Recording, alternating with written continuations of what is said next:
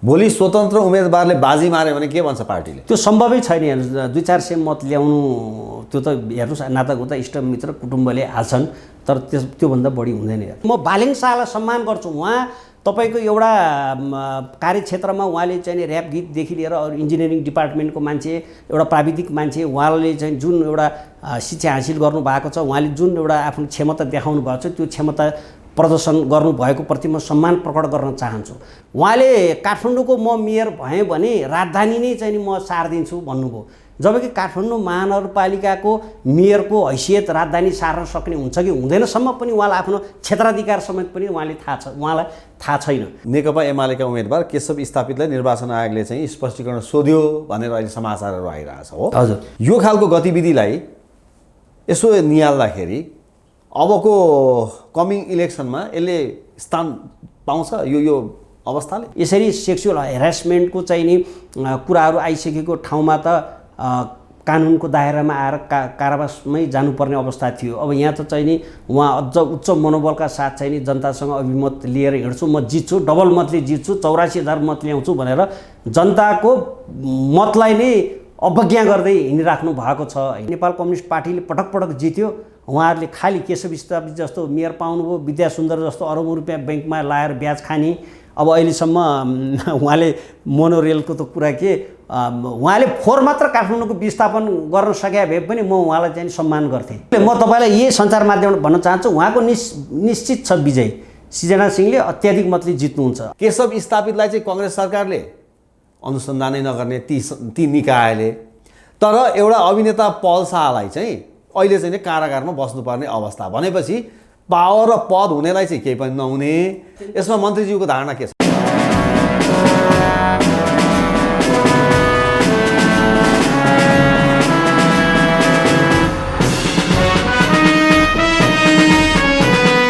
नमस्कार, हेडलाइन नेपालको हेडलाइन विशेषमा तपाईँलाई हार्दिक स्वागत छ।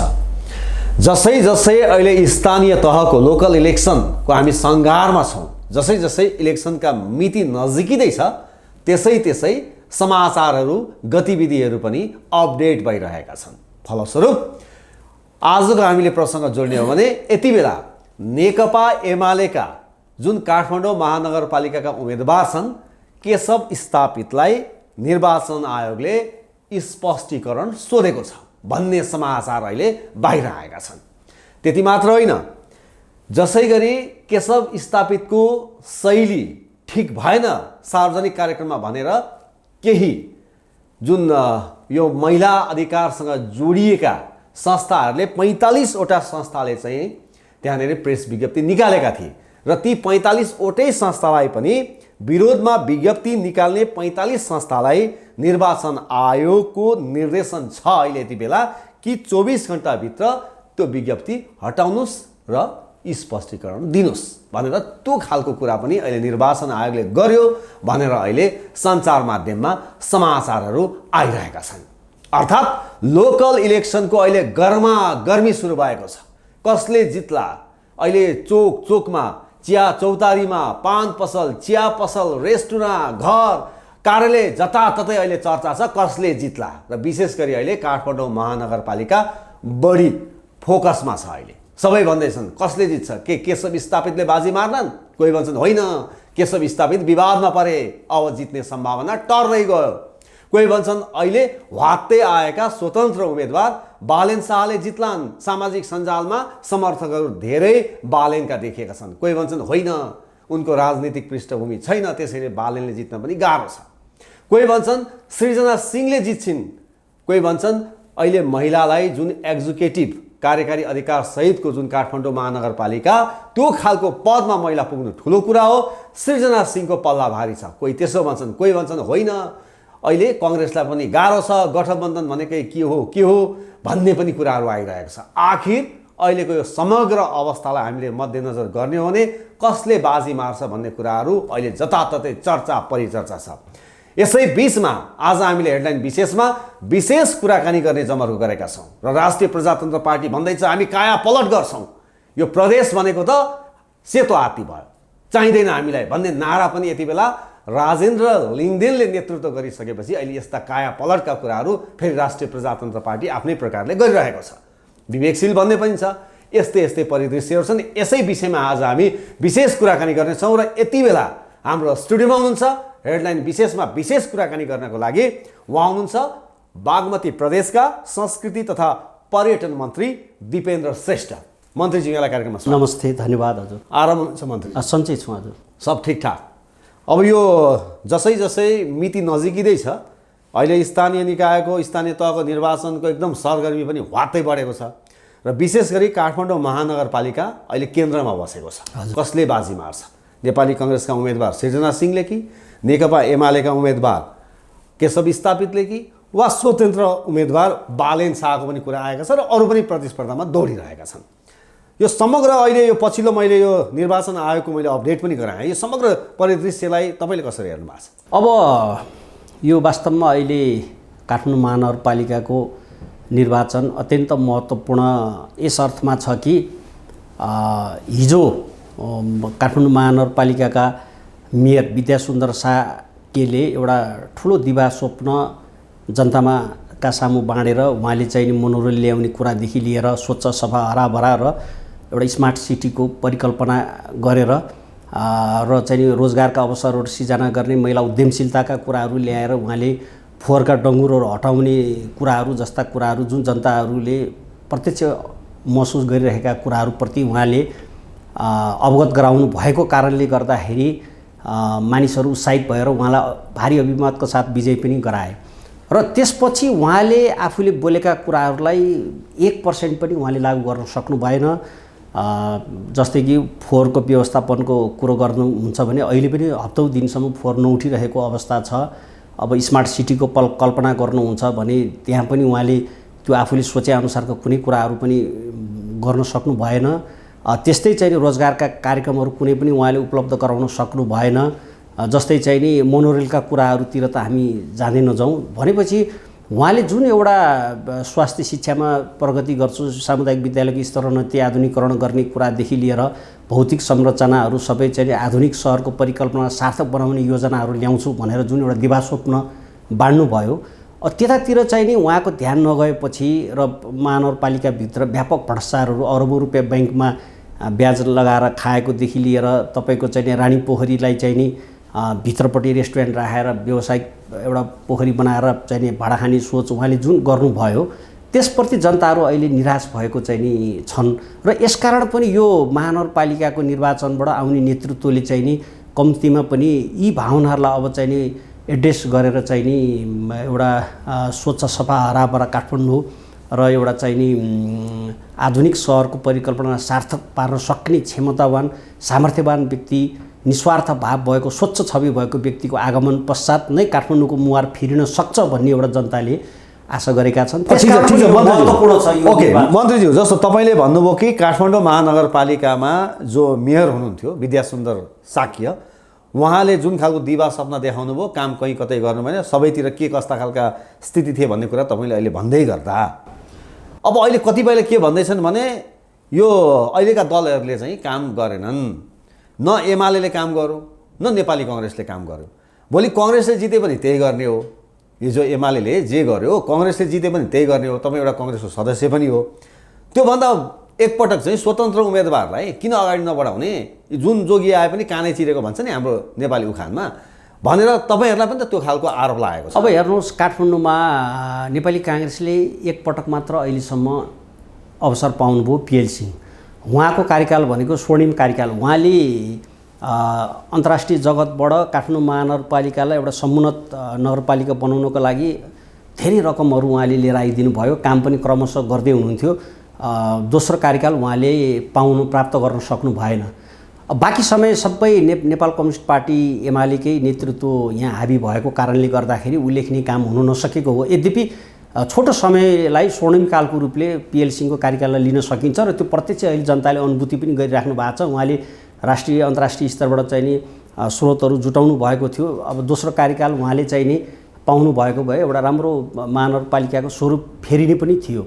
अब जहाँसम्म चाहिँ नि अहिले नेतृत्वको कुरामा आउँदाखेरि म फेरि पनि तपाईँलाई स्मरण गराउन चाहन्छु, हिजो विवेकशील साझा पार्टीबाट रविन्द्र मिश्र यही काठमाडौँ निर्वाचन क्षेत्र नम्बर 1बाट उहाँले उठेर झन्डै 10,000 मत चाहिँ नि उहाँले प्राप्त गर्नुभयो र उहाँले चाहिँ नि धेरै ठुला क्रान्तिकारी कुराहरू गर्नुभयो, जनताप्रति समर्पित हुने कुराहरूदेखि लिएर गर्नुभयो। तर मैले के भन्न चाहन्छु भने अहिले प्रत्यक्ष जनताले अनुभूति गर्नुभएको छ, उहाँले त्यो अभिमतलाई बलात्कार गर्नुभयो, गलत्याउनु भयो। किन गलत्याउनु भयो भने उहाँले यो 4.5 वर्षको अवधिमा एकपटक पनि काठमाडौँ निर्वाचन क्षेत्र नम्बर 1 मा उहाँले पाइला चाल्नु भएन। उहाँले चाहिँ नि जुन अभिमत दिएका थिए जनताको समस्याहरूलाई समाधान गर्ने, विकासका कुराहरूलाई उजागर गर्ने काममा उहाँ दत्तचित्त भएर लाग्नु भएन, उहाँ आउँदै आउनु भएन। मैले भन्छु यो 2 वर्षको कार्यकाल कोरोनाको सङ्क्रमणको उच्च जोखिम हुँदाखेरि यहाँका निर्वाचित जनप्रतिनिधिहरू अब नेपाल सरकार पूर्व प्रधानमन्त्री प्रकाशमान सिंह घर घर पुग्नुभयो, स्वास्थ्य चाहिँ सामग्री लिएर आइसोलेसन वार्डहरू खोल्नलाई प्रेरित गर्नुभयो र चाहिँ नि टुरा बालबालिकादेखि लिएर असहाय मानिसहरूको लागि चाहिँ नि राहत कार्यक्रम लिएर जानुभयो। हामी पनि यही क्षेत्रको निर्वाचित प्रतिनिधि भएको हिसाबले हामीले घर घरमा चाहिँ नि आइसोलेसन रत्न राज्यमा आइसोलेसन खोल्यौँ र चाहिँ नि कोरोनाको सङ्क्रमणलाई चाहिँ नि प्राथमिकता आफू उच्च जोखिममा राखेर समेत कोरोना सङ्क्रमित भएर पनि जनताको सेवामा हामी समर्पित भयौँ। त्यस्तै विकासका कामहरू, खानेपानी, ढल, बाटो, सडक हामी सबैतिर अग्रसर भएर कयौँ ठाउँहरूका जनताका समस्याहरूलाई चाहिँ समाधान गर्नेतिर पनि लाग्यो। मैले भन्न खोजेको के भने राजनीतिमा तपाईँको राजनीतिक त्याग तपस्या भएको, राजनीतिलाई बुझेको, जनतासँग जनताको समस्याहरूको चाहिँ नि अत्यन्त नजिक पुगेको, त्यसलाई अनुभूति गर्न सक्ने र राजनीतिक योगदान भएको, सामाजिक भावना भएको व्यक्तिबाट समाजमा परिवर्तन सम्भव छ र त्यस्ता व्यक्ति नेतृत्वमा पुग्यो भने त्यसले समाजलाई रूपान्तरण गर्न सक्छ। तर रविन्द्र मिश्रको मैले यहाँ उहाँको किन उदाहरण दिएँ भने उहाँले जुन 10,000 मत अभिमत जनताबाट पाउनुभयो एउटा यस्तो शिक्षित ठाउँ, तर उहाँले 10,000 मत प्राप्त गर्दै गर्दा उहाँले आफ्नो चाहिँ नि हिजो राजनैतिक चाहिँ नि वितृष्णाका कारणले गर्दाखेरि मैले एउटा छुट्टै चाहिँ नि पार्टी खोलेँ, म यो राजनीतिक स्थायित्वको लागि भन्नुभयो। आखिर चाहिँ नि उहाँले त्यो 10,000 अभिमतको चाहिँ नि सम्मान गर्न जनताको समस्याहरू के छन् कस्तो छन् भन्ने कोरोना कालमा एकपटक आउनु भएन, विकास निर्माणको कुराहरू त पर जाओस्। त्यति मात्र होइन कि उहाँले त्यो आफ्नो जुन एउटा राजनैतिक स्थायित्वको लागि लोकतान्त्रिक पार्टीहरूले केही गर्न नसकेपछि त्यसका विकल्पमा हामी आएका हौँ र हामी गर्छौँ भन्नुभयो। अहिले त्यतिखेर तत्क्षणै त्यसको 2 वर्षपछि उहाँहरू पार्टी विभाजन गर्नुभयो। पार्टीको विभाजन मात्र भयो नि, अहिले राजा चाहिन्छ भनेर मुद्दा राप्रपासँग साँठगाँठ गर्ने मुद्दा लिएर हिँड्नु। त्यो मुद्दामा के जोडेँ भने म बालेङ शाहलाई सम्मान गर्छु। उहाँ तपाईँको एउटा कार्यक्षेत्रमा उहाँले चाहिँ ऱ्याप गीतदेखि लिएर अरू इन्जिनियरिङ डिपार्टमेन्टको मान्छे, एउटा प्राविधिक मान्छे, उहाँले चाहिँ जुन एउटा शिक्षा हासिल गर्नुभएको छ, उहाँले जुन एउटा आफ्नो क्षमता देखाउनु भएको छ, त्यो क्षमता प्रदर्शन गर्नुभएको प्रति म सम्मान प्रकट गर्न चाहन्छु। तर यसको अर्थ यो होइन कि बालेङ शाह जस्तो मान्छे जो चाहिँ जसको चाहिँ एउटा जनताको भावनासँग चाहिँ साक्षात्कार नभएको र एउटा राजनीतिक योगदान नभएको मानिसको आगमनले परिवर्तन सम्भव छ भन्ने मलाई किन लाग्दैन भने उहाँका कमजोरी मैले फेरि पनि औँल्याउँछु कि उहाँले काठमाडौँको म मेयर भएँ भने राजधानी नै चाहिँ म सार्दिन्छु भन्नुभयो, जबकि काठमाडौँ महानगरपालिकाको मेयरको हैसियत राजधानी सार्न सक्ने हुन्छ कि हुँदैनसम्म पनि उहाँलाई आफ्नो क्षेत्राधिकार समेत पनि उहाँलाई थाहा छैन। त्यसकारण उहाँले चाहिँ नि अहिले एउटा युवा पिँढीमा केही उहाँका साङ्गीतिक क्षेत्रमा उहाँले दिएको योगदानका कारणले केही मानिसहरू उहाँको प्रति छन्। म पनि उहाँको त्यो क्षमतालाई म सम्मान गरेर प्रकट गर्न चाहन्छु। तर यो चाहिँ नि क्षेत्र भनेको एउटा आफ्नो दूरदर्शिता भएको एउटा अत्यन्त चाहिँ नि जनताको मनोभावनालाई बुझेको, जनताका चाहिँ नि सुख दुःखमा साथ दिन सक्ने एउटा सक्षम र चाहिँ नि अहोरात्र खटिन सक्ने व्यक्ति नभइकन त्यो व्यक्तिको चाहिँ नि ले नेतृत्व गर्न सक्छ भन्ने मलाई लाग्दैन। ठिक छ मन्त्रीज्यू, तपाईँले भन्नुभयो कि कांग्रेसले कोरोनाको बेलामा पनि हामीले यो क्षेत्रमा राम्रो काम गर्यो, हामी जनतालाई प्रत्यक्ष अनुभूति गर्ने काम गर्नु। जब कांग्रेसले यसरी काम गरेको हो भने, जनताको मन जित्ने गरी काम गरेको हो भने गठबन्धन किन आवश्यक पर्यो? गठबन्धन हामीले नगर्यो भनेदेखि एमालेसँग गर गठबन्धन हुन्छ, फेरि पनि हाम्रो पहिलाकै इतिहास चाहिँ दोहोरिन्छ, प्राविधिक रूपमा हामी हार्छौँ, हार बेहोर्नुपर्छ भनेर त्यो खालका कुराहरू बाहिर आउने सञ्चार माध्यममा।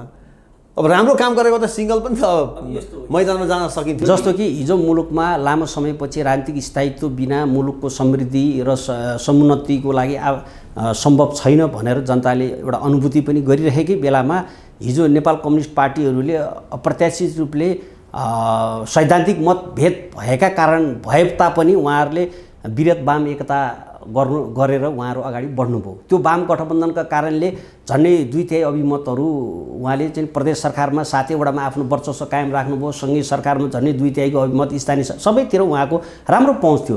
तर त्यो एकता अक्षुण्ण राख्न सक्नु भनेर केही समयपछि पदीय लोलुपताका कुराहरूदेखि लिएर केपी ओलीको स्वेच्छाचारी भ्रष्टाचारका चाहिँ नि चरमोत्कर्षमा गरिएको भ्रष्टाचारका कुराहरूदेखि लिएर अनियमितताका कुराहरूदेखि सबै विषयलाई लिएर पार्टी विखण्डन भयो र त्यो पार्टीले चाहिँ नि अब यो नेपाल कम्युनिस्ट पार्टी एमालेबाट मुलुक चल्दैन। त्यसकारण अब अहिले फेरि पनि यो निर्धारित समयभित्रको राजनीतिक स्थायित्व प्रदान गर्नका लागि चाहिँ नि नेपाली काङ्ग्रेस सम्मिलित भएर हामी अगाडि बढ्नुपर्छ भन्ने एउटा आवश्यकता महसुस गर्नुभयो र शेरबहादुर सामान्य प्रधानमन्त्री शेरबहादुर देउवा घरैमा गएर उहाँहरूले चाहिँ नि प्रधानमन्त्री पटक पटक आग्रह गर्नुभयो। उहाँले त चाहिँ नि तपाईहरु मिलेर चलाउनुस्, तपाईहरुको अभिमत हो, हामी प्रतिपक्षको भूमिकामा निर्वाह गरिरहेका छौँ, हामीलाई यसैमा रम्न दिनुस्, हामी आफ्नो आवाज उठाइरहेका छौँ जनताका भन्दै पनि उहाँहरूले गएर त्यो भारी मतका साथ दिइसकेपछि सरकार बन्यो।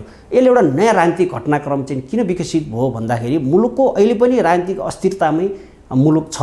त्यो राजनैतिक अस्थिरता बिना मुलुककोमा समृद्धि र मुलुकको चाहिँ विकास सम्भव नभएको कारणले गर्दाखेरि यो वाम गठबन्धनको विभाजन पछि उत्पन्न भएको राजनीतिक पछिल्लो परिस्थितिका कारणले यो सृजित समस्या हो। यो आवश्यकता हो, आवश्यकता होइन, यो परिस्थिति बस उत्पत्तित एउटा समस्या हो। यसले सफल परिणाम दिन्छ, विश्वस्त सफल परिणाम होइन, मुलुकको राजनीतिक स्थायित्वको लागि। तर तपाईलाई थाहा छ चितवनमा पनि अहिले कति मैले यहाँ हजुरको भने नि मुलुकको राजनीतिक पोखरामा त्यस्तै जनकपुरमा त राजीनामै गरे। यो मुलुकको राजनीतिक स्थायित्वको लागि र केपी ओलीको एउटा असंवैधानिक कदम उठाइसकेर उहाँ आइसकेपछि र चाहिँ नि केपी ओलीको स्वेच्छाचारी राजनीतिक एउटा अभ्यासमा उहाँ जसरी अगाडि बढ्नुभयो त्यसका कारणले मुलुकमा एउटा नयाँ ध्रुवीकरण भएको हो र त्यो ध्रुवीकरणलाई निरन्तरता दिने क्रममा यो अहिले तालमेल भएको छ र यो तालमेल किन अर्थपूर्ण छ भने यो केपी ओली तपाईले साथीहरुलाई किन सम्झाउन सक्नुभयो, किन कन्भिन्स भएन? नयाँ प्रश्न त आयो नि त। नेपाली कांग्रेस स्वयं आफै सक्षम थियो। हिजो पनि चाहिँ नि वाम गठबन्धन हुँदै गर्दाखेरि पनि 40 देखि 45 सिट चाहिँ नि तपाईको 1000 मतको डिफरेन्सले कांग्रेसले पराजित भएको छ भने अहिले पनि नेपाली कांग्रेस अहिले नेपाल कम्युनिस्ट पार्टीको यो विखण्डनकारी काम, यो विभाजन भइसकेपछि अनियमितताका कुराहरू यो सबै जनताले प्रत्यक्ष अनुभूति गरिसकेपछि नेपाल कम्युनिस्ट पार्टीप्रति जनता निराश छन्। यो नैराश्यता भएको अवस्थामा नेपाली कांग्रेस झन् बलियो थियो।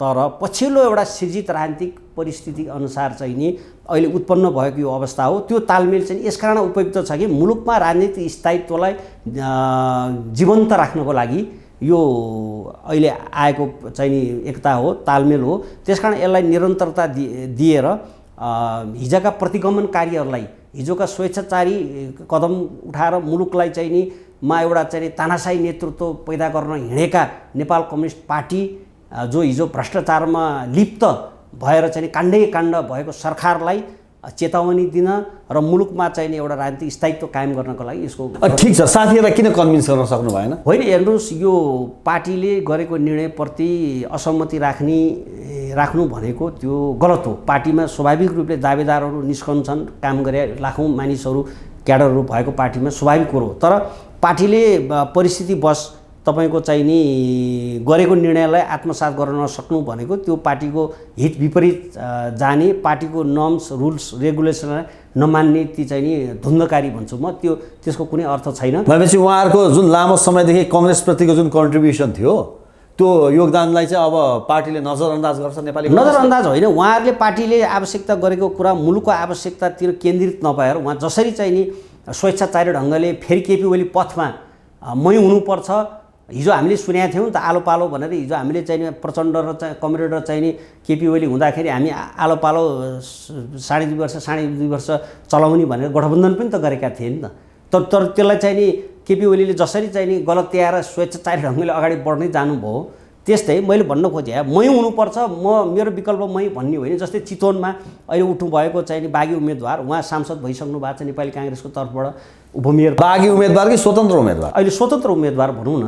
पार्टीले पनि अब स्वतन्त्र लडिसकेपछि त पार्टीले बागी उठिसकेपछि त कारबाही गरिसकेको छ। त्यसकारण चाहिँ नि यतातिर चाहिँ नि यो वैयक्तिक स्वार्थमा हिँडेका व्यक्तिहरूप्रति आए। भोलि पार्टीले चाहिँ बानु एकछिनको लागि यो त इमेजिन हो, अहिलेसम्म थाहा छैन, जनताले काम मत दिन्छन्, भोलि स्वतन्त्र उम्मेदवारले बाजी मार्यो भने के भन्छ पार्टीले? त्यो सम्भवै छैन। हेर्नुहोस् 200-400 मत ल्याउनु त्यो त हेर्नुहोस् नातागोता इष्टमित्र कुटुम्बले हाल्छन्, तर त्योभन्दा बढी हुँदैन। तपाईँले आज बोल्नु भएको छ कार्यक्रम, यो त हाम्रो आर्काइभमा सुरक्षित रहन्छ मन्त्रीज्यू, एकदम सुरक्षित हुन्छ। बागी उम्मेदवारका पछाडि सङ्गठनका निष्ठावान मानिसहरू लाग्दैनन् र त्यो पटक पटक पदीय जिम्मेवारीमा बसेका मान्छेका पछाडि जनता पनि लाग्दैनन्। हेर्नु भनेपछि अहिले अब मैले अलिकति प्रसङ्ग जोडेँ, अघि ओपनिङमा मैले थोरै जोडेको पनि थिएँ। जस्तो अहिले नेकपा एमालेका उम्मेदवार केशव स्थापितलाई निर्वाचन आयोगले चाहिँ स्पष्टीकरण सोध्यो भनेर अहिले समाचारहरू आइरहेछ हो। हजुर, यो खालको गतिविधिलाई यसो निहाल्दाखेरि अबको कमिङ इलेक्सनमा यसले स्थान पाउँछ यो अवस्थाले? बडो संवेदनशील कुरो यो आएको छ। केशव स्थापित काठमाडौँ महानगरपालिकाको मेयर तत्कालीन अवस्थामा रहँदाखेरि आफ्नै महानगरपालिका कर्मचारीप्रति गरिएको सेक्सुअल ह्यारासमेन्ट, यौन दुर्व्यवहारको कुरो जुन अहिले सामाजिक सञ्जालमा आएको छ, पीडित व्यक्ति हाम्रो ले आफैले चाहिँ नि सामाजिक सञ्चार माध्यमहरूमा आएर आफ्नो रोदन मैले चाहिँ नि म माथि भएको चाहिँ नि सेक्सुअल ह्यारासमेन्टका कुराहरूप्रति यहाँ सरकार राज्य मौन रह्यो र यस्तो एउटा चाहिँ नि अनैतिक चरित्र भएको मानिस फेरि पनि नेतृत्वमा काठमाडौँ महानगरपालिका आउँदैछ। एउटा कर्मचारीप्रति आफ्नै कर्मचारीप्रति त यति नेगेटिभ सेन्स राखेर यौन एउटा चाहिँ नि भावना विक्षुप्त गराएर अगाडि बढ्ने यस्तो चाहिँ नि लुज क्यारेक्टरको मान्छे फेरि अहिले चाहिँ नि मेयरमा जित्यो भने भोलि चाहिँ नि त्यो जनता त्यहाँ सेवामा आउने जनताहरूलाई पनि त्यसरी नै प्रताडित हुनु पर्ला भनेर उहाँले एउटा हेर्नुहोस्, उहाँ त कुनै राजनीतिक पार्टीको कार्यकर्ताको हिसाबले उहाँले चाहिँ नि यो अभिव्यक्ति प्रतिशोध सान्नका लागि उहाँ उम्मेदवार पनि होइन। उहाँको यो माग त सम्बोधन उहाँले त तत्कालीन अवस्थामै पनि यो पीडालाई उहाँले उजागर गर्नुभएको थियो, तर त्यो सम्बोधन हुन सकेन। तर अहिले पनि यो उपयुक्त समय फेरि पनि उहाँले आफ्नो मागलाई चाहिँ नि आफ्नो चाहिँ आफूप्रति भएको चाहिँ नि यौन दुर्व्यवहारलाई का समस्यालाई चाहिँ कानुनी दायरामा ल्याउन नसकिसकेपछि उहाँले फेरि पनि राज्यलाई चाहिँ फेरि सम्बोधन गरिराख्नु भएको छ, आम सञ्चार माध्यमबाट जनतालाई एउटा अवगत गराइराख्नु भएको छ। यो पीडादायक कुरो हो। अब बाहिरी विदेशको हकमा भन्नुहुन्छ भने यसरी सेक्सुअल हेरासमेन्टको चाहिँ नि कुराहरू आइसकेको ठाउँमा त कानुनको दायरामा आएर कारावासमै जानुपर्ने अवस्था थियो। अब यहाँ त चाहिँ नि उहाँ अझ उच्च मनोबलका साथ चाहिँ नि जनतासँग अभिमत लिएर हिँड्छु, म जित्छु, डबल मतले जित्छु, 84,000 मत ल्याउँछु भनेर जनताको मतलाई नै अवज्ञा गर्दै हिँडिराख्नु भएको छ होइन। अब उहाँको त्यो मात्र होइन, हिजो चाहिँ नि मेयर हुँदाखेरि काठमाडौँको मेयर हुँदाखेरि चाहिँ नि चुङीकरको ठेक्कामा पनि तपाईँको अवैध रूपले चाहिँ 3 करोड 25 लाख रुपियाँ हिनामिना गरेको चाहिँ अख्तियार दुरुपयोग अनुसन्धान आयोगको चाहिँ नि परिपत्र पनि अहिले बाहिर सार्वजनिक भइरहेको छ। अब यो धेरै काण्डै काण्ड उहाँको थियो। अब उहाँको यो विषयहरू अहिले जुन निर्वाचनको सन्दर्भमा आएको छ, अब आम जनताले भोलिका काठमाडौँको मेयरमा छान्दाखेरि केशव स्थापित जस्तो मान्छे छानिँदाखेरि त्यसको चाहिँ प्रभाव दूरगामी प्रभाव के पर्न सक्छ भन्ने कुरा पनि अब आम जनताले बुझ्नु जरुरी छ।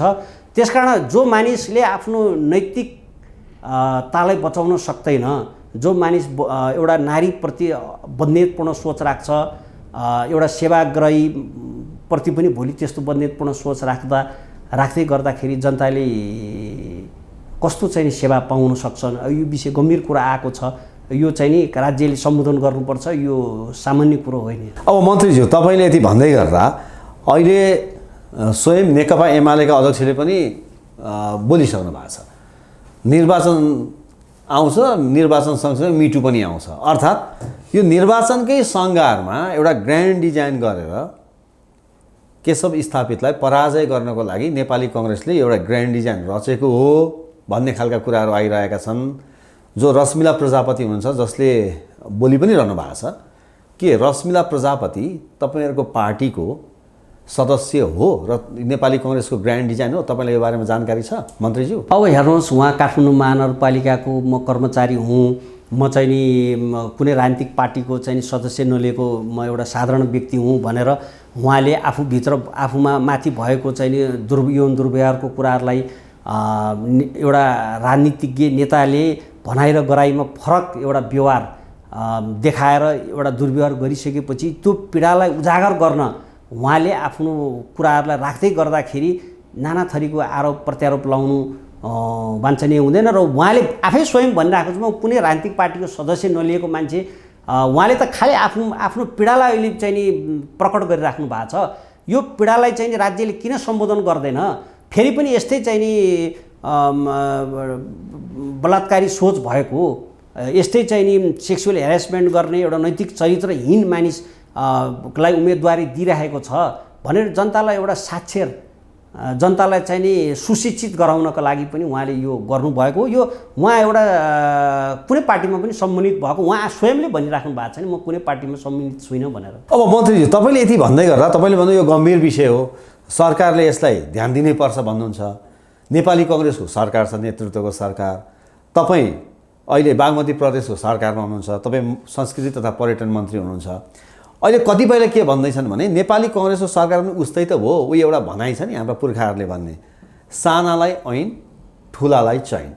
अब अहिले रश्मिला प्रजापतिकै कुरा गर्ने हो भने अब पछिल्लो समय त एकजना राउत बहिनीसँगको जुन किसिमको उहाँले चाहिँ त्यो के थुतुनो सुतुनो जोगाउनुहोस् के भन्ने कुराहरू आयो, त्यो पनि अहिले विवादित नै भएको छ। हो नि, यति हुँदाखेरि र स्वयं प्रजापतिले चाहिँ पोलिग्राफी टेस्टको माग गर्दाखेरि केशव स्थापितलाई चाहिँ कङ्ग्रेस सरकारले अनुसन्धानै नगर्ने ती निकायले, तर एउटा अभिनेता पल शाहलाई चाहिँ अहिले चाहिँ कारागारमा बस्नुपर्ने अवस्था भनेपछि पावर र पद हुनेलाई चाहिँ केही पनि नहुने, त्यो त्यस्तो केही नभएकालाई चाहिँ नै राज्यले चाहिँ यो खालको व्यवहार गर्ने, काङ्ग्रेस पनि उस्तै त रहेछ भनेर पनि कतिपयले सामाजिक सञ्जालमा लेखिरहनु भएको छ। यसमा मन्त्रीज्यूको धारणा के छ? यो अत्यन्त संवेदनशील कुरो र गम्भीर प्रश्न यहाँले गर्नुभयो। जस्तै एउटा पीडित रश्मिला चाहिँ प्रजापतिले ममाथि गरिएको यौन दुर्व्यवहारको पीडालाई प्रकट गर्दै गर्दाखेरि बालकोटबाट पूर्व प्रधानमन्त्री केपी ओलीले चाहिँ नि यो चुनावमा आउने प्रोपोगन्डा हो भनेर भनिदिनु भयो।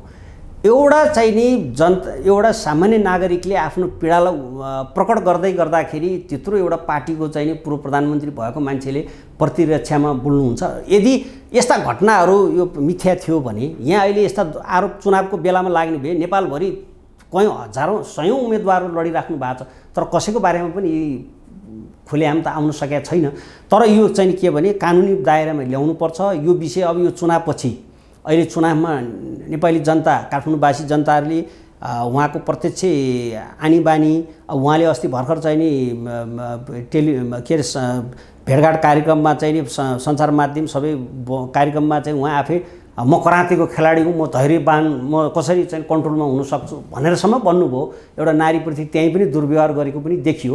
त्यसकारण अहिले जनताले यी सबै कुराहरूलाई प्रत्यक्ष अनुभूत गर्नुभएको छ। यो चुनावमा वैशाख 30 गतिको चुनावमा उहाँहरूले यो उहाँलाई चाहिँ नि सही ठेगानमा लगाउनु हुनेछ। जनताहरू साक्षर छन्। अहिले 21औं शताब्दीको जनताहरू सुशिक्षित जनताहरू, काठमाडौँको त्यसमाथि उहाँहरू सबै चाहिँ नि सुशिक्षित जनता हुनुहुन्छ। उहाँहरूले न्यायोचित निर्णय गर्नुहुन्छ भन्ने पनि मैले विश्वास लिएको छु। र यो कानुनी दायरामा ल्याएर यो चुनाव सकिसकेपछि यो सरकारले यो विषयलाई छानबिन गरेर कानुनी दायरामा ल्याएर ल्याउनुपर्छ भन्ने कुरा म सरकारलाई जोड पनि दिन चाहन्छु। र यसपछि छानबिनको विषय बनाएर यसलाई अगाडि बढाउनुपर्छ। कि कानुन भनेको ऐन भनेको चाहिँ खालि साना होइन, यो आम सर्वसाधारणलाई चाहिँ लगाउने होइन, यो गम्भीर अनुसन्धान पनि गर्ने, तालमेल करार झ्याप पार्ने, यो कानुनी दायरामा ल्याउनुपर्छ। हामी पनि दबाब दिन्छौँ। एकदम तपाईँले आज कार्यक्रममा बोलिरहनु भएको छ यस्तो कुरा। बोलेको छु, बोल्नुपर्छ। फटा बदमास मानिसहरूको आचरण प्रमाणित भएपछि त्यो चाहिँ कारबाहीको प्रक्रियामा ल्याउनुपर्छ, ल्याउनै पर्छ। भनेको जसरी आम सर्वसाधारणलाई अनुसन्धान गरियो त्यसरी अनुसन्धान हुनुपर्छ। एकदम स्योर हो नि? स्योर। अब मन्त्रीजी अर्को प्रसङ्ग जोड्ने, जस्तै नेपाली कङ्ग्रेसले अहिले काठमाडौँ महानगरपालिकाकै हामीले प्रसङ्ग जोड्दै गर्दा सृजना सिंहलाई जसरी उम्मेदवार बनाए नि, कतिपयले भन्दैछन् लौह पुरुष गणेशमान सिंहको बुहारी प्रकाशमान सिंहको श्रीमती भएकै कारणले त्यो बेनिफिट चाहिँ सृजना सिंहलाई प्राप्त भयो, फलस्वरूप काठमाडौँ महानगरपालिकाको उम्मेदवारी पाउनुभयो भन्ने खालका कुराहरू आएका छन्।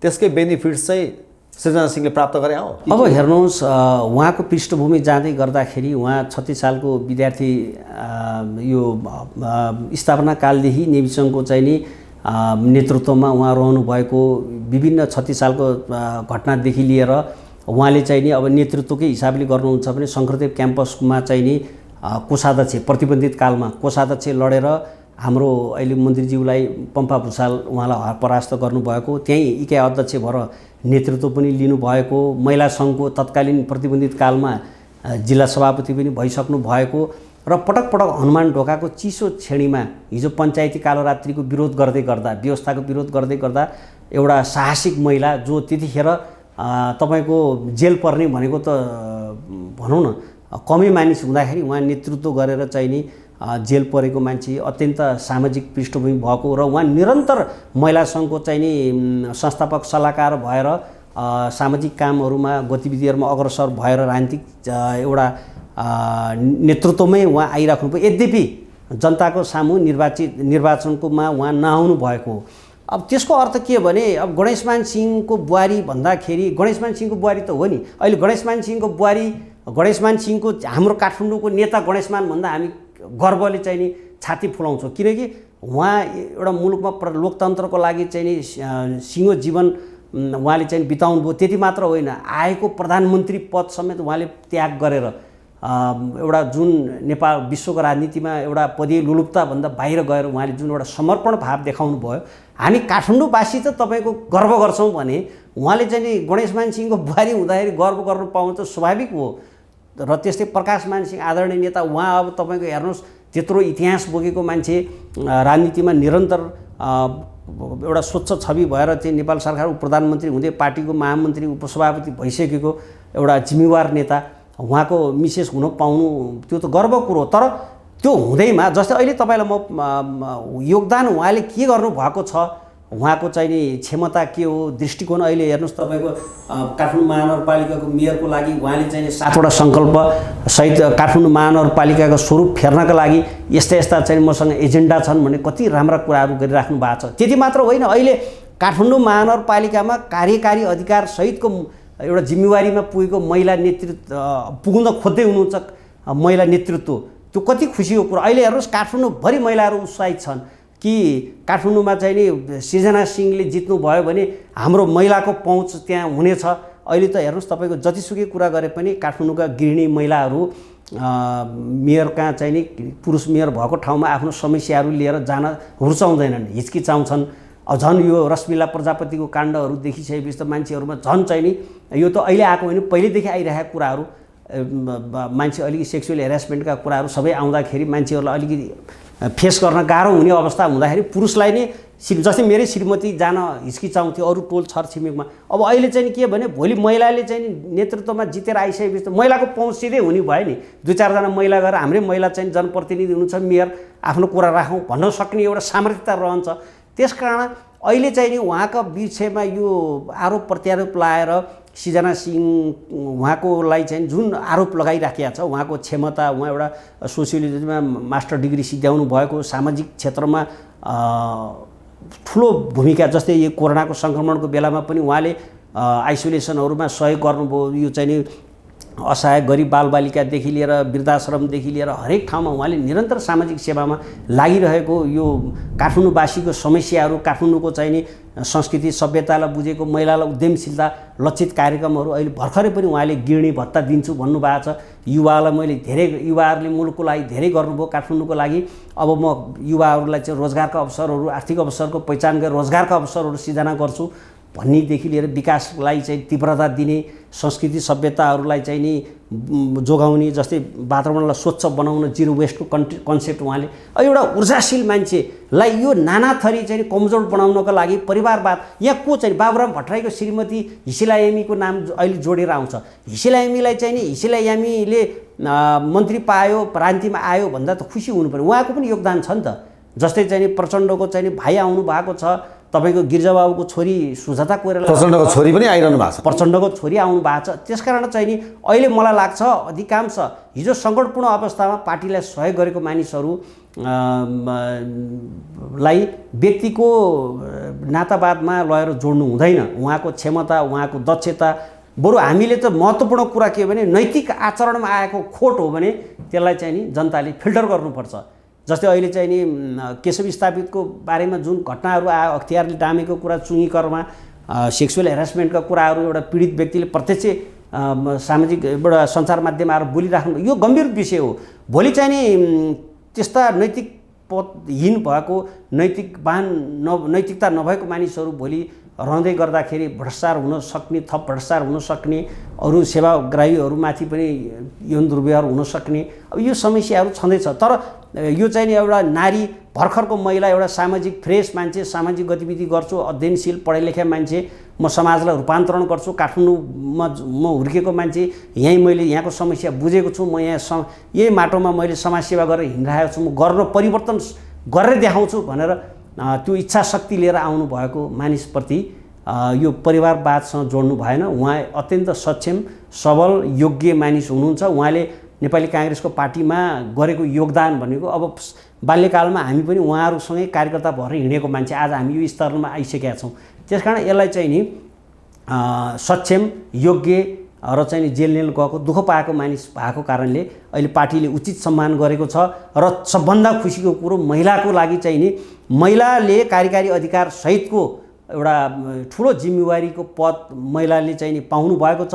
यो सबै महिलाको सम्मान भएको महसुस गरेको छु। र अहिले मैले त काठमाडौँमा धेरै ठाउँ जाँदै गर्दाखेरि चोक दोबाटोमा पनि म सुन्छु, उत्साहित छन् महिलाहरू, कार्यकारी अधिकार सहितको महिला मेयर हुनुहुन्छ, हाम्रो भावना प्रतिनिधित्व गर्नुहुन्छ, हामीलाई हाम्रो सिधै पहुँच पनि त्यहाँ पुग्न सक्छ भनेर उत्साहित भएको मैले देखिरहेको छु। अब मन्त्रीज्यू ठिक छ, अब उत्साहितका कुरा गर्नुभयो र योजनाका कुरा पनि गर्नुभयो। तपाईँले आफै भन्दै हुन्थ्यो कि म यो गर्छु, म त्यो गर्छु भनेर त हिजो विद्या सुन्दरले पनि भन्नुभयो, तर गर्नु भएन भने तपाईँ आफै भन्दै हुनुहुन्छ मन्त्रीज्यू। अब आज जसरी सृजना सिंहले पनि केही कुराहरू बाहिर ल्याउनु भएको छ, अब यो इम्प्लिमेन्ट गर्न, भोलि काम गर्नको लागि गर्छन् कि गर्दैन? दलहरूले जहिले पनि आश्वासन देखाउँछन्, सपना देखाउँछन्, तर गर्ने बेलामा चाहिँ फेरि उस्तै हो पारा। त यो कुरालाई इम्प्लिमेन्ट गर्न तपाईँहरूले कहाँ सजगता अप्नाउनु भएको छ? केमा सजगता अप्नाउनु? मानौँ भोलि जित्नु भयो सृजना सिंहले, मानौँ, यो इमेजिन गरौँ अहिले एकछिन, होइन, जस्ट इमेजिन। त भोलि अहिले सृजना सिंहले भनेका कुराहरू इम्प्लिमेन्ट हुन्छन् भने आधार के त मन्त्री? अब हेर्नुहोस्, बदामको बोक्रा नफोडिकन कुया सधैँ थाहा हुँदैन। उहाँले आफ्नो कमिटमेन्टहरू सार्वजनिक सञ्चार माध्यमहरूमा, सामाजिक सञ्जालहरूमा उहाँले सबै टोलमा अहिले घर घरमा उहाँ पुगेर गरिराख्नु भएको छ। उहाँले स्पष्ट खाका अहिले उहाँले चाहिँ नि फोहोर व्यवस्थापनदेखि लिएर महिला उद्यमशीलताका कार्यक्रम, युवा रोजगारका कार्यक्रमहरूदेखि लिएर यो अहिलेको भौतिक यो पूर्वाधारहरू निर्माणमा चाहिँ नि महिलालाई चाहिँ जस्तै अन्डरवे पासवेहरू बनाउने, ट्राफिक जामलाई चाहिँ नि हल गर्नका लागि देखि लिएर चाहिँ नि यो सार्वजनिक जग्गाहरू संरक्षण गरेर त्यो समुदायको हितको लागि चाहिँ अहिले हजारौँ रुपैयाँ जग्गाहरू भूमाफियाले हडपिरहेको ठाउँ छन् र यसलाई म चाहिँ नि राज्यको स्वामित्वमा ल्याएर चाहिँ नि नागरिकको हितको लागि, समुदायको हितको लागि पार्कहरू बनाउनेदेखि लिएर तपाईँको चाहिँ नि शिक्षालाई चाहिँ स्तरोन्नति गर्ने, सामुदायिक विद्यालयको स्तरोन्नति गर्ने, गुणस्तरीय शिक्षा हासिल गराउने, जस्तै स्वास्थ्यमा महानगरीय अस्पताल बनाएर चाहिँ नि निमुखा गरिब असहाय मानिसहरूलाई निःशुल्क व्यवस्थापन गर्ने। उहाँले त यति राम्रो सब अहिले म भन्छु उहाँले ल्याएका कुराहरू जुन उहाँले एउटा उहाँको भनाइमा जुन भाव मैले एउटा उहाँले देखाइराख्नु भएको छ, कमिटमेन्ट गर्दाखेरिको उहाँको भाव म देख्छु। उहाँमा जुन एउटा इच्छा शक्ति र उहाँको त्यो इमान्दारिता त्यहाँ झल्कन्छ हेर्नुहोस्। त्यसकारण मलाई लाग्छ यो हेर्नुहोस् यो प्र्याग्मेटिकल्ली युज गर्न सक्नुहुन्छ। म भन्छु नि इच्छा शक्ति र स्वच्छ छवि भएको मानिस यदि हो भने काठमाडौँ महानगरमा आमूल परिवर्तन हुन सक्छ। र मैले भन्छु काठमाडौँमा काङ्ग्रेसले अवसरै पाएको छैन। एकपटक पिएल सिंहले पाउनुभयो, उहाँले अर्थ सङ्कलन गर्नुभयो, दोस्रो कार्यकाल उहाँले जित्या भए यो अहिले काठमाडौँको स्वरूपै फेरिन्छ हेर्नुहोस्। तर चाहिँ नेपाल कम्युनिस्ट पार्टीले पटक पटक जित्यो, उहाँहरूले खालि केशव स्थापित जस्तो मेयर पाउनुभयो, विद्या सुन्दर जस्तो अरबौँ रुपियाँ ब्याङ्कमा लाएर ब्याज खाने। अब अहिलेसम्म उहाँले मोनोरेलको त कुरा के, उहाँले फोहोर मात्र काठमाडौँको विस्थापन गर्न सके भए पनि म उहाँलाई चाहिँ सम्मान गर्थेँ। फोहोर हेर्नुहोस् तपाईँको हप्ता दिन, डेढ हप्ता, 2 महिना दिनमा पनि तपाईँको फोहोर उठ्दैन। अब यहाँ अरू बाँकी विकासका कुराहरू, आधुनिक सहरको परिकल्पना सार्थक बनाउने, अब रोजगारका कुराहरू, उद्यमशीलताका कुराहरू त्यो त छैन। उहाँले त बरु तपाईँको यो भएका बजेटहरूलाई पनि तपाईँको चाहिँ नि फ्रिज 35% पनि उहाँले पुँजीगत खर्च गर्न सक्नु भएन हेर्नुहोस्।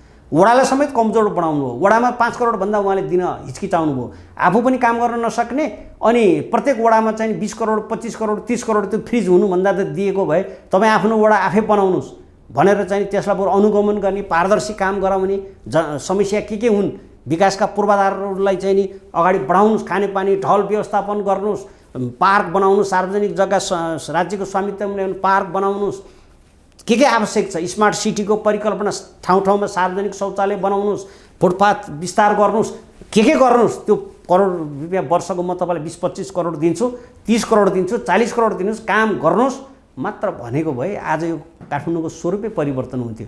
उहाँले आफू पनि काम गर्न सक्नु भएन, महानगरपालिकाको वडाहरूलाई पनि तपाईँको बजेटबाट सङ्कुचन गरिदिनु भयो हेर्नुहोस्, जसका कारणले अहिले काठमाडौँ महानगरपालिका धुलाम्मे, अब खाल्टाङ खुल्डुङ बाटोभरि हेर्नुहोस्, खाल्टाङ खुल्डुङ छ, ट्राफिकिङको कुरै नगरौँ, सामान्य केही कुराहरू पनि उहाँले जनताले देखिने खाले अनुभूत गर्ने खाले कुरा अहिले नेकपा एमाले भोट हाल्ने एमालेका कार्यकर्ताहरू नै पूर्वमा हात लाएर बसेको अवस्था। मैले यो फेरि पूर्वाग्रह हिसाबले म काङ्ग्रेस भएकोले भने होइन कि तपाईँ आफै घुमेर बुझ्नुहोस्, त्यत्रो अवसर हाम्रो चाहिँ शिर झुक्ने अवस्था आयो भने उहाँसँग पीडा प्रकट गरिरहेका हुन्छन्। मैले त्यो देखिरहेको छु। झन् सर्वसाधारण जनताले त झन् त्यो देखि नै राख्नु भएको छ। उहाँहरू त झन् निस्वार्थ भावले देखिने कुरा, आफ्नो कुरा भन्न। ठिक छ मन्त्रीज्यू, अब आज जे जति कुराहरू भए यो हाम्रो आर्काइभमा रहनेछन्। हजुर, अब भोलिको रिजल्ट भोलिलाई नै पर्ख्यौँ, पछिको रिजल्ट अब आम मतदाताले, आम नागरिकले कसलाई मत बढी दिन्छन् त्यही उम्मेदवारले। निश्चित रूपले म तपाईँलाई यही सञ्चार माध्यमबाट भन्न चाहन्छु, उहाँको निश्चित छ विजय।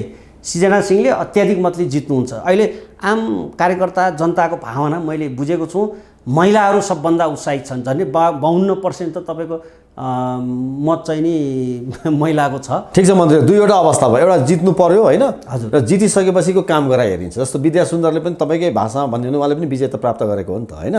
त्यस कारणले गर्दा यो आर्काइभमा रहनेछ। अब काम भोलि कस्तो हुन्छ, कामलाई मूल्याङ्कन गर्ने नै छन् आम नेपाली जनताले, आम नागरिकले, काठमाडौँवासीले।